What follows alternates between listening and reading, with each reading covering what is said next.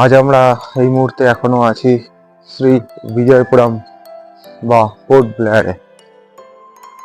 আজ আমাদের এখানে শেষ দিন, একটু পরেই আমাদের চেক আউট আছে। তারপর আমরা আবার প্লেন ধরে সোজা চলে যাব কলকাতা। ওয়েদার চেঞ্জ হওয়ার সাথে সাথে একটু ঠান্ডা লেগে গেছে,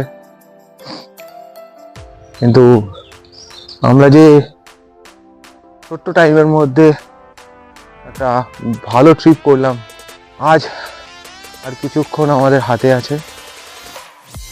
তাই সাত সকালে বেরিয়ে শেষবারের মতো ক্যামেরার সামনে চলে এলাম। এই মুহূর্তে আন্দামানে সমস্ত পুরনো যা ইংরেজদের নাম দেওয়া হয়েছে, পুরনো ইংরেজরা যে দিকগুলোর নাম রেখে গেছে, ইংরেজদের দেওয়া পুরনো নামগুলোকে চেঞ্জ করে নতুন নতুন নাম করা হচ্ছে। যেমন পোর্ট ব্লেয়ারের বর্তমান নাম শ্রী বিজয়পুরম, রস আইল্যান্ডের নাম হয়েছে নেতাজি সুভাষচন্দ্র বোস আইল্যান্ড। এরপরে চলে আসবে নীল হ্যাভলক, হ্যাভলকের নাম হচ্ছে স্বরাজ দ্বীপ, নীলের নাম হচ্ছে শহীদ দ্বীপ। এরকম আরো আরো অনেক যে দ্বীপগুলো আছে যেখানে ইংরেজদের দেওয়ার নাম আছে, সেই নাম সরিয়ে ভারতীয়দের নামে যে দ্বীপগুলোর নাম রাখা হচ্ছে। এটা একটা খুব ভালো উদ্যোগ। অসংখ্য ধন্যবাদ জানাই ভারত সরকারকে এর জন্য। আমি বলবো তোমরা এখানে বারবার ঘুরতে আসো, কারণ যদি সুযোগ পাওয়া যায় আন্দামান ট্রিপ কেউ মিস করো না।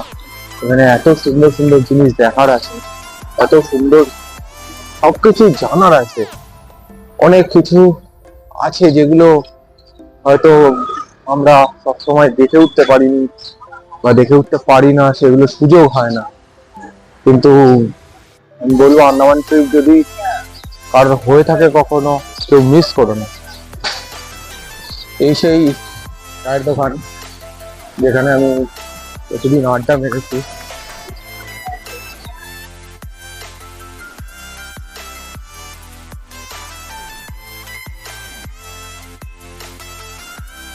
এখানে যতদিন ছিলাম ততদিনই আমার একটা বেশ ভালো বন্ধু হয়ে গিয়েছিল।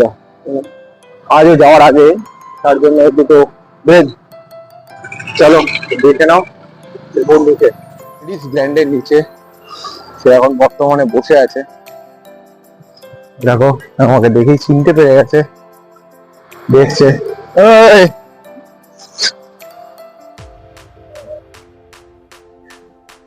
সেটা স্যাট খেয়ে নিচ্ছে।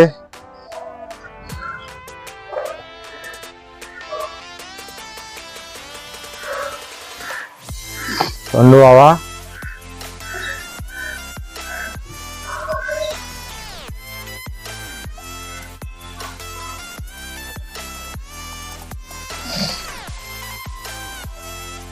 একদম পুরো নন্দী ফিরিঙ্গি, অসাধারণ একটা পোজ নিয়ে বসে আছে। জীবনে অনেক ট্রিপ করেছি, অনেক জায়গায় ঘুরেছি, ঘোরার শেষে আবার বাড়িও ফিরে এসেছি, কিন্তু কখনো সেভাবে মন খারাপ হয়নি। কিন্তু এই আন্দামান ট্রিপ আজকে আমাদের শেষ হতে চলেছে, মনটা একটা অন্যরকম ভাবে খারাপ হয়ে গেছে।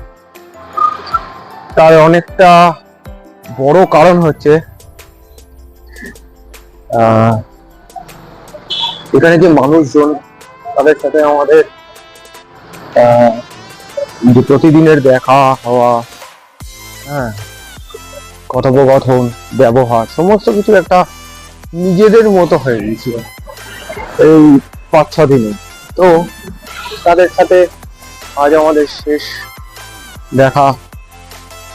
তারাও আজকে যখন শুনলো একটু আগে যে আমার আর কিছুক্ষণ পরে ফ্লাইট আছে, চলে যাও, তারাও একটুখানি অফমুডেড হয়ে গেল। কারণ এই প্রথম কোনো চায়ের দোকানে আমি বেশ কিছুক্ষণ আমরা বললে ভুল হবে, কয়েক ঘন্টা ধরে আড্ডা মেরেছি ওনাদের সাথে, কিন্তু কখনো মনে হয়নি তারা বাইরের লোক। আন্দামান ট্রিপ সারা জীবনের জন্য মনে থেকে যাবে। যদি সুযোগ হয় আবারও আসবো। মনটা অনেকটাই বিষণ্ণ হয়ে গেছে। আর কিছুক্ষণ পরে আমাদের ফ্লাইট, ব্যাক করবো। আমাদের আন্দামান ট্রিপ আজই শেষ, কিন্তু সেই ট্রিপের দুঃখ যাতে মনে থেকে না যায়, তাই এইভাবেই একটু আনন্দ উপভোগ করা।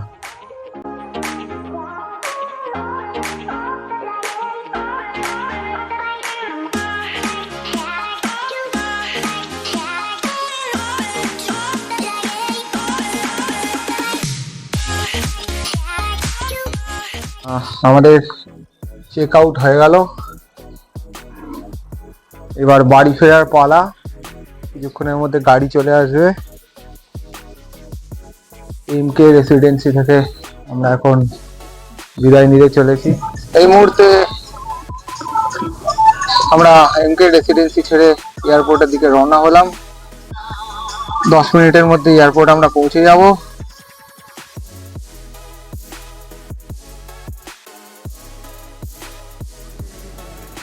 এখন আমরা আছি বীর সাভারকার ইন্টারন্যাশনাল এয়ারপোর্টে। আমরা এখানে চেক ইন করে নিয়েছি, কিছুক্ষণের মধ্যেই আমাদের ফ্লাইট ছেড়ে দেবে।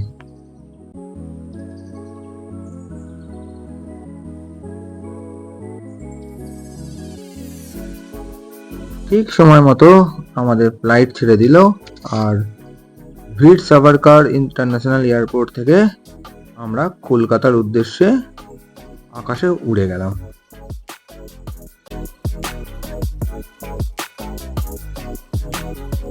হারোয়ার দেশ থেকে পশ্চিমবঙ্গে যাত্রাপথের মাঝখানে আকাশপথ থেকেই দেখলাম সুন্দরবনের এই মানচিত্রের অপরূপ দৃশ্য। সত্যি কি সুন্দর লাগছে দেখতে, তোমরাও দেখো।